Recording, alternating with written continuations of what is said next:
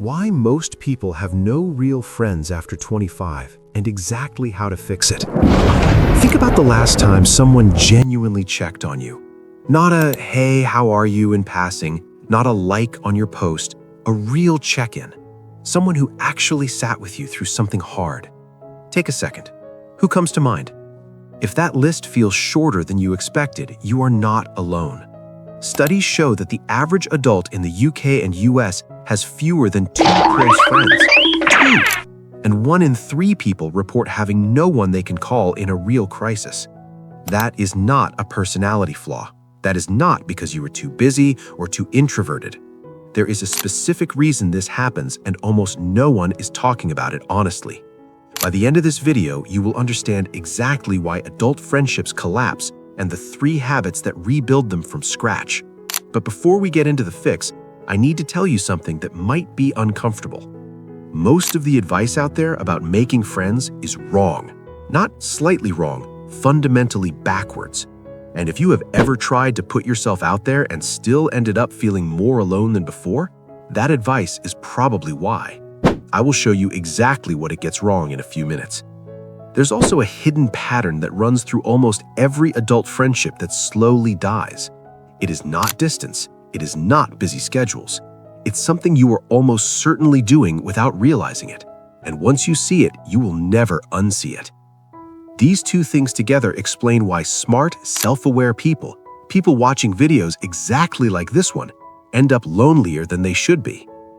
Let's start with where it actually breaks down. I'm not talking about this from the outside.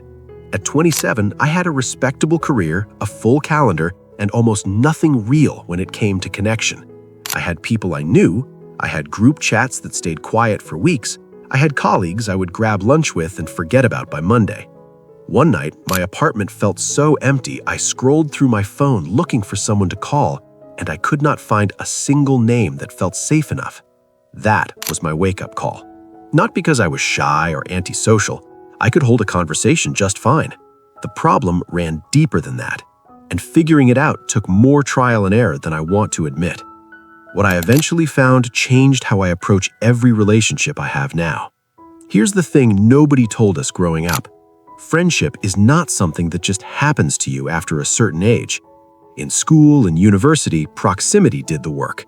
You saw the same people every day in the same rooms under the same pressure. Friendship was almost accidental. After 25, proximity is gone. And if you're still waiting for friendship to happen to you, you will wait forever. The shift you need is not more confidence, more socializing, or more putting yourself out there. It's understanding that adult friendship is a skill. And specifically, it's a skill made of 3 habits that most people never develop because no one ever taught them. Let's get into it. Habit 1. Initiate without waiting for permission. The first habit is the hardest, and I'll tell you why up front. It requires you to go first. Most adults are stuck in what I call the waiting game. You think about a friend you haven't spoken to in months, you miss them, but you wait for them to text, to suggest something, to make it feel mutual. Here's what you don't know. They're doing the exact same thing. Both of you are sitting in separate rooms thinking about each other, waiting for the other person to break the silence, and neither of you does. So months become years, and a real friendship quietly fades out, not from conflict, but from mutual hesitation. The fix is simple, but it requires you to let your ego step aside. You go first, every time if necessary. Not a hey, long time no speak text with a nervous emoji, something specific. Something that says, I was thinking about you, not just filling a gap in my afternoon. Hey, I passed that coffee place we used to go to. Reminded me of that conversation we had about your job change. How did everything end up going? That's it. One sentence with a real memory in it. When you start going first, something shifts inside you. You stop feeling passive about your social life. You become the person who holds the thread. And that's a fundamentally different way to move through the world. The people I know with the strongest friendships in their 30s and 40s are almost always the ones who initiate, not because they're extroverts, because they made a decision. Let me ask you something directly. Is there someone you've been meaning to reach out to for weeks, maybe months, and you still haven't? What exactly are you waiting for? Drop that person's first name in the comments right now. You don't have to explain anything, just put the name there. Consider it your commitment to actually send that message today. And if what I just said landed harder than you expected, stick around, because the next part is where most people miss everything. Habit 2. Depth over frequency. Here's where we close that first loop, the one about why most friendship advice is completely backwards. The advice you usually get sounds like this: say yes to more things, go to more events, be more social. And so you do. You go to the dinner party, you show up to the work drinks, you attend the thing. You have 12 surface-level conversations in one night and go home feeling emptier than before. More social contact does not equal more connection, and confusing the two is exactly why so many people feel lonelier inside a busy social life than someone who sees one person twice a month. What actually builds friendship is depth, and depth requires vulnerability, which is the word people hear and immediately flinch at. I'm not talking about oversharing or dumping your problems on someone. I'm talking about something much smaller. Saying one true thing per conversation. Not, yeah, work has been crazy, but honestly, I've been feeling like I'm running on empty and I don't fully understand why. Not, I'm good, just busy, but I've been thinking a lot lately about whether I'm spending my time on things that actually matter to me. One true thing. That's the entire gap between a chat and a real connection. Most people never say the true thing because they're waiting for the other person to go first. You already know what to do about that. Think about your closest friendship right now, the one that feels the most real. I would bet almost anything it started with one specific moment where someone said something honest that didn't need to be said. That moment is where the friendship actually began. Depth is not built over years. It's built in moments, specific moments when someone chooses honesty over performance. The more of those moments you create, the faster a friendship becomes something real. Habit 3. Consistency is the love language nobody talks about.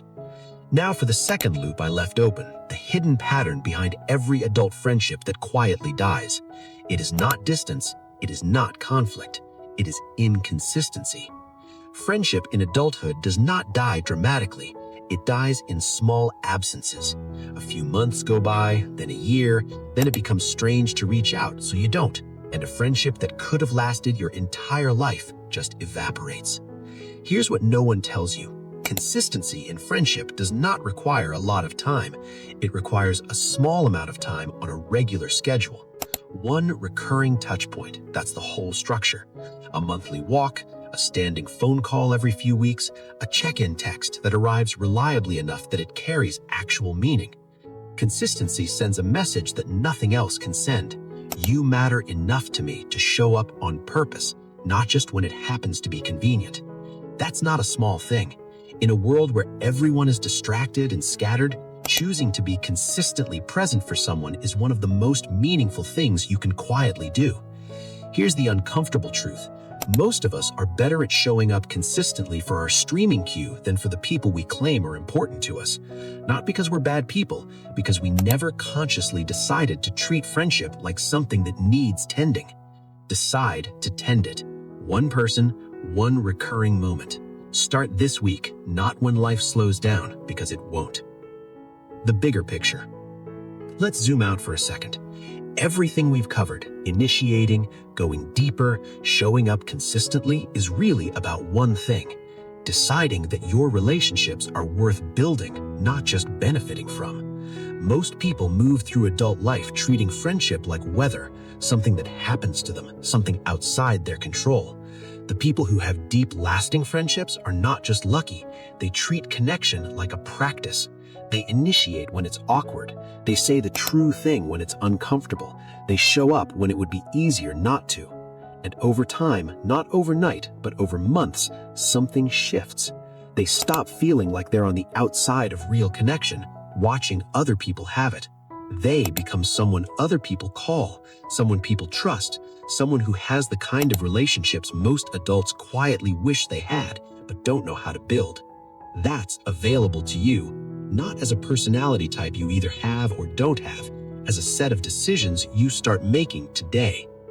If this gave you something real to think about, not just a tip, but an actual shift in how you see this, consider subscribing. I make videos like this every week on the social and psychological patterns that quietly shape how we live. 3 habits, that's the whole framework. Go first, say one true thing, show up consistently.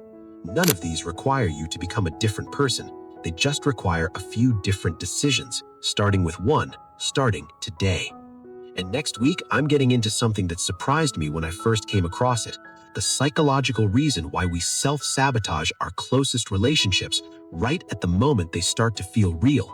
If that sounds familiar, you won't want to miss it.